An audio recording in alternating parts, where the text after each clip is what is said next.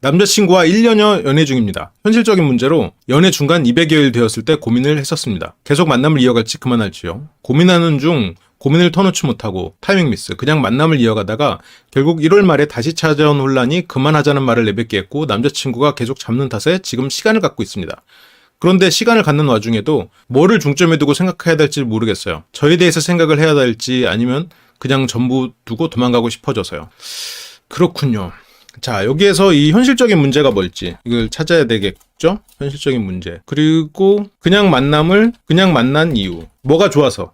혜택이 있을 거 아니에요.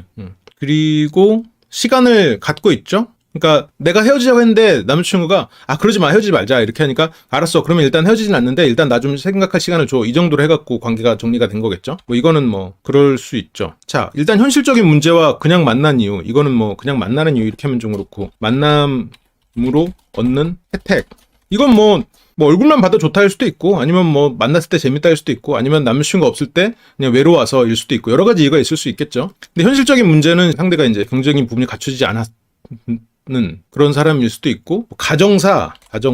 근데 남자친구의 가정사가 왜요? 뭐 가정사를 밝히긴 그렇지만 결혼하기에는 좀 부족한 사람? 혜택은 편안함, 무얼 해도 다 받아주는. 남자친구의 가정사가 문제가 된다 라는 거는 이제 가정사가 있기 때문에 결혼할 만한 사람이 아니다라는 느낌을 갖는 건가? 아니면 뭐 어떤 걸까요? 연애에서 문제는 아닐 거예요. 연애할 때도 문제가 되는 가정사가 있을 수는 있죠. 뭐 이렇게 데이트를 하고 있는데 그쪽 가족이 와가지고 옆에 앉아있거나 뭐 이러면 좀 그럴 수 있겠지만 그런 건 아닐 거 아니에요. 결혼 조건에 부합하지 않는 가정사. 가정사. 뭐 가정사를 다 밝히긴 그렇겠지만, 그러니까 가정사라는 거는 보통 결혼을 고려할 때 문제가 되는 경우가 많잖아요. 주변 친구와 비교한다? 되는 자신. 주변 친구와 비교하게 되는 자신. 이건 가정사랑은 조금 다른데, 이 말은 지금. 가정사는, 예를 들어서 가정사라고 하게 되면, 이거는 약간 그 사람의 특별한 인생 히스토리니까, 한 사람의 역사이기 때문에 비교를 할 거리가 아니죠. 원래는. 그러니까 예를 들어서 뭐 우리나라가 예를 들어서 외침을 많이 겪었던 그런 역사를 가지고 있잖아요. 그렇다고 해서 외침을 겪지 않았던 역사를 가진 나라와 비교하지 않잖아요. 그냥 지금 우리나라의 경제 수준을 가지고 순위를 매기지. 그런 경우에는 비교하지만, 그렇기 때문에 이제 비교하게 되는 자신과 남친의 가정사는 조금 다른 케이스인 것 같긴 해요. 가정 환경. 그 사람의 가정 환경, 비교한다고 했을 때 뭘 비교해요? 조금 더 구체적으로 얘기해봐요. 주변 친구들과 비교했을 때, 여기서부터 구체적으로 본인이 말을 해줘야지. 주변 친구들은 뭘 갖고 있는데 내 남자친구는 뭘 안 갖고 있죠? 주변 친구의 가정은 뭘 갖고 있고 내 남자친구는 뭘 안 갖고 있다. 그러니까 힘들어 보인다. 동생이 아프다. 그래가지고 남자친구가 월급을 그 동생 병원비로 대고 있는 그런 상황인가요? 그래서 남자친구가 남자친구의 동생을 부양 혹은 뭐 경제적 지원 이런 게 이제 필요한 상황이어서 좀 고민이 되는 그런 상황인가 보죠. 근데 이제 어떤 정도 아플 걸까? 진짜 그게 궁금하네요. 옆님은 나이가 어떻게 되세요? 남자친구는 나이가 어떻게 되고? 동생이 어떻게 아파요? 혹시 들었나요? 열이 나서 감기인 줄 알았는데 어느 날 쓰러졌다? 소아마비예요? 아니면 그냥 몸이 좀 약한 거야? 어느 쪽이지? 그냥 쓰러진 건 여러 가지가 있을 수 있으니까. 아니면 뭐 그냥 좀 빈혈일 수도 있고. 뇌수막염. 근데 이게 왜, 그러니까 이건 뭐 내가 고민할 수 있는 건 맞는데 주변의 친구랑 왜 비교를 하지? 주변의 친구들은 그 결혼하신 분들이 부자거나 아니면 이런 형제가 없거나 그런 좀 지원이 많은 그런 집이었을까요? 마음에 문제가 있다. 마음에 어떤 문제? 이 사람이 좀 부족하게 느껴지는 그런 마음일까요? 조금 더 자신의 마음을 투명하게 드러내줄 수 있나요? 이랬다 저랬다. 자, 그러면 들어봅시다. 이게 어떻게 보면 가장 중요한 말일 수도 있어요. 이랬다는 뭐고 저랬다는 뭐예요? 이랬다 뭐 저랬다 뭐. 이랬다는 그냥 만나자 할 거고, 저랬다는 헤어지자 하겠지. 그냥 만나자는 이유는 방금 말한 것처럼 편안함일 거고, 헤어지자는 내가 이 사람 때문에 경제적으로 풍족하지 못할 수 있어서, 왜냐면 이제 그게 그 친구 동생한테 들어갈 수 있으니까.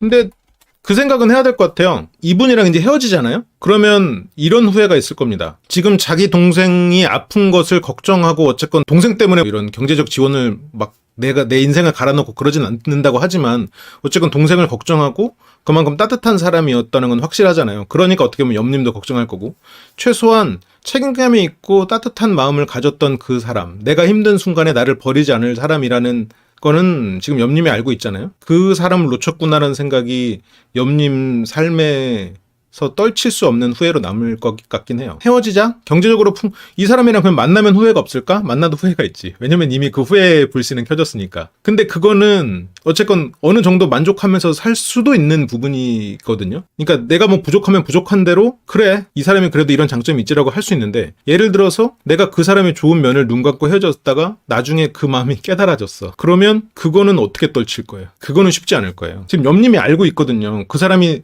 내가 해달라는 대로 다 해주는 좋은 사람이고 막 칼같이 막 사람을 끊어내고 그러지 못한 사람이라 동생이 아픈 것에도 이 사람이 또 휘둘리는 거 아니야 이렇게 걱정을 하지만, 어쨌건 그 사람은 그만큼 책임감이 있고 정이 많고 또 이렇게 해달라는 것도 다 해주는 그런 따뜻한 사람이라는 생각을 지금 하고 있잖아요.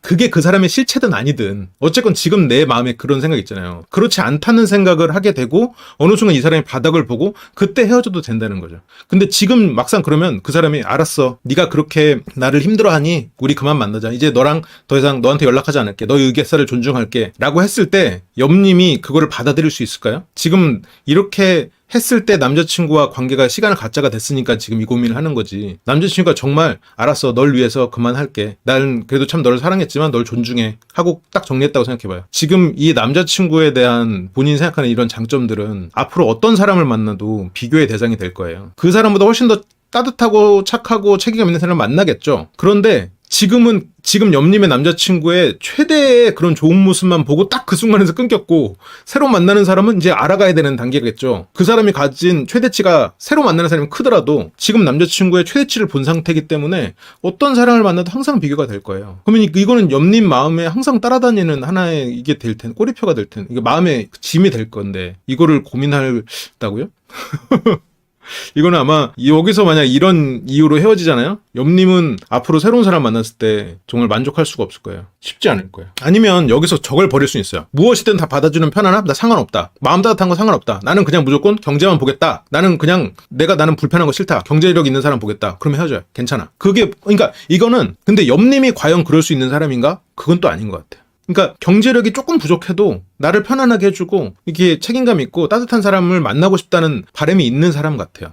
그러니까 경제력 있고 가부장적이고 막 자기를 충실히 하고 넌 내조해 하면서 넌 이렇게 예를 들어 이런 사람을 만나 또 상관없다. 물론 이런 사람이 또 장점이 있으니까. 근데 옆님은 지금 그런 스타일이 아니잖아요. 그런 사람 만났을 때 만족 못할 거잖아. 그러니까 근데 지금 내가 혼란해하는 모습을 상대가 봤단 말이에요. 그렇기 때문에 상대 마음에도 그 균열의 씨앗은 심어졌어요. 그래서 실은 여기에서는 옆님이 되게 더 최선을 다해야 되는 시점이 됐어요. 내가 그냥 다른 거 다 눈 감고 나는 그것만 봐도 된다. 나는 뭐 그 사람이 경제력만 받쳐주면 뭐 다 눈 감을 수 있다. 그러면 그것도 나쁘지 않아요. 애초에 다른 거 다 눈 감고 조건만 봤다면. 그리고 조건은 배신하지 않거든요. 대체적으로는. 그렇기 때문에 조건만 보겠다라고 결심했으면 뭐 그거는 뭐 상관없는 거죠. 근데 뭐 저한테 물어보면 뭐 나는 뭐 그런 걸로 그렇게 만족하는 사람 아니니까, 조건을 애초에 그렇게 만족하는 사람 아니니까 뭐 그렇겠지만, 그러니까 이건 어쨌든 선택입니다. 선택. 그러니까 만약 그냥 할 수 있으면 옆님이 진짜로 경제력 있는 그런 사람과 예를 들어서 소개팅을 해봐요. 뭐 저는 추천하진 않지만 해봐도 아마 마음에 안 들 거예요. 어떤 이유에서든 이 사람이 별로라는 이유가 자꾸 떠오를 거예요. 할 수가 없을 거야. 해도 만족감이 들진 않을 거예요. 물론 옆님이 그걸 하실 그런 선택을 하진 않지만 잔잔하게 자기 마음을 얘기해요. 너를 만났을 때 나는 마음이 너무 너의 따뜻함이 느껴져서 그 따뜻함이 항상 고마워. 내가 그런 거에 너무 익숙해져서 자꾸 이런 투정을 부렸나 봐.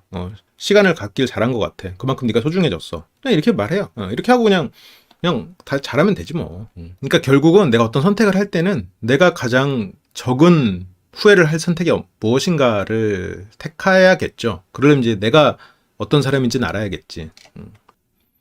그러니까 조건을 배신하진 않는데 이게 주제는 아니에요. 그러니까 내가 조건을 볼 거면 조건을 봐도 돼. 근데 조건도 보고 이 사람의 아닌 뭐 이게 뭐랄까 그 추상적인 것도 보고 이제 그렇게 해서 왔다 갔다 이건 안 되는 거죠. 어느 한쪽을 선택해서 딱 눈을 감아야 되는 거죠.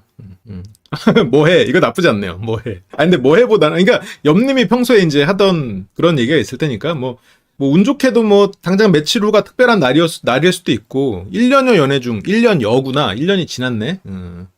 뭐 생일이나 아니면 뭐 3.1절 해가지고 휴일이니까 그렇죠. 조건을 따지면 나도 조건에 맞춰줘야지 상대한테. 그리고 그런 추상적인 거를 또 상대한테 바래서는 안 되고. 뭔가 그런 날이 있지 않을까요? 당장 뭐 3.1절도 나쁘지 않을 것 같고, 3.1절 너무 먼가? 다음 주 수요일인데 나쁘지 않을 것 같기도 하고, 뭐 주말 뭐 당장 이번 주말에 봐 이거는 뭐 좀 그럴 수 있으니까 이번 주말도 괜찮고 뭐 3일절에 시간 되면 밥이나 먹을까? 뭐 이렇게 하면서 시작해도 되죠. 그리고 만나서 아까 그 진지한 얘기를 하는 거고. 하여튼 그렇습니다.